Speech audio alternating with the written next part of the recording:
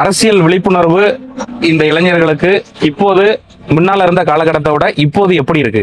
இன்னும் அரசியல் விழிப்புணர்வு வேணும். ஆனா முன்பை விட இப்ப கொஞ்சம் நிறைய மக்கள் தெரிஞ்சுக்கிட்டாங்க. ஏன்னா தகவல் தொழில்நுட்பம் அப்படி இருக்கு. எல்லார்ட்டையும் செல்போன் இருக்கு. ஒரு இடத்துல நடக்கிற நிகழ்வுகள் அடுத்தடுத்த இடத்துக்கு பரவுது.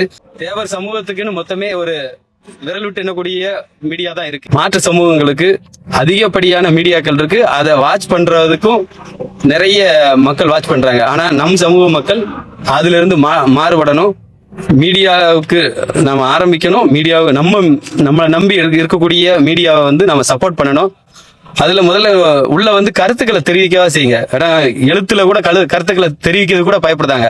அது ஒரு மீடியா தான். அதுக்குள்ள போய் ஒரு நம்மளுடைய கருத்து என்ன, சமுதாய மக்கள் ஆதரவு கம்மின்னு தான் நான் சொல்றேன். ஆனா இது அதிகமாக வேண்டும். பொதுவா அரசியல் என்ன பண்ணுதாங்கிறது நம்ம தெரியணும். அந்த விழிப்புணர்வு இன்னும் மக்கள்கிட்ட மாறணும். ஏன்னா வெளி உலகத்துல நடக்கிற எதையுமே தெரிஞ்சுக்கிற விருப்பப்படல. அவங்கவுங்க ஊரோட முடிச்சுக்கிட்டாங்க. வெளியில இப்ப இந்த பிசிஆர் சட்டத்தை எடுத்துக்கிட்டா கூட அதுல லலித் அண்ட் கோயல் அப்படிங்கிற 2 நீதிபதிகள் அந்த சட்ட திருத்தத்துல முக்கியமான சரத்துகள்ல மிஸ்டேக் இருக்கு, அதை நீங்க மாத்தி ஆகணும் அப்படின்னு ஒரு பரிந்துரை கொடுத்திருந்தாங்க.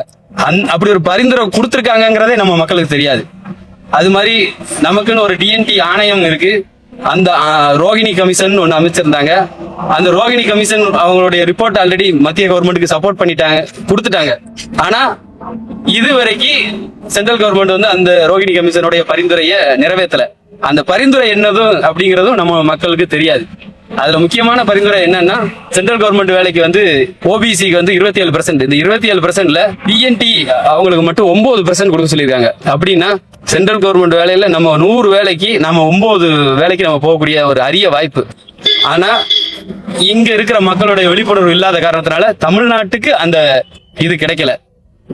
சென்ட்ரல் கவர்மெண்ட்ல டிஎன்டி மக்களுக்குன்னு நிறைய பண்டும் ரிலீஸ் பண்றாங்க. அந்த பண்டெல்லாம் இங்க டிஎன்டி மக்களே இல்ல அப்படின்னு சொல்லி அத பண்டெல்லாம் ரிட்டர்ன் வேற போய்கிட்டு இருக்கு. அந்த அளவுக்கு மக்கள் வெளி உலகம் தெரியாம தான் இருக்காங்க. இன்னும் மாறணும் அப்படிங்கிறதான் என்னோட எண்ணம்.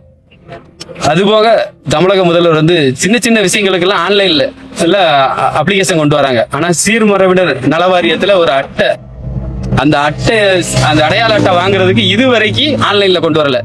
ஏன்னா இது ஆன்லைன்ல கொண்டு வந்தா நிறைய பேர் அப்ளை பண்ணிடுவாங்க. இவங்களுக்கும் அதை பத்தி விழிப்புணர்வு ஏற்பட்டுரும். அதனால இவங்களை இப்படியே வச்சிருக்கணுங்கிறது தான் இந்த திராவிட கட்சிகளுடைய முழு நோக்கமா இருக்கு.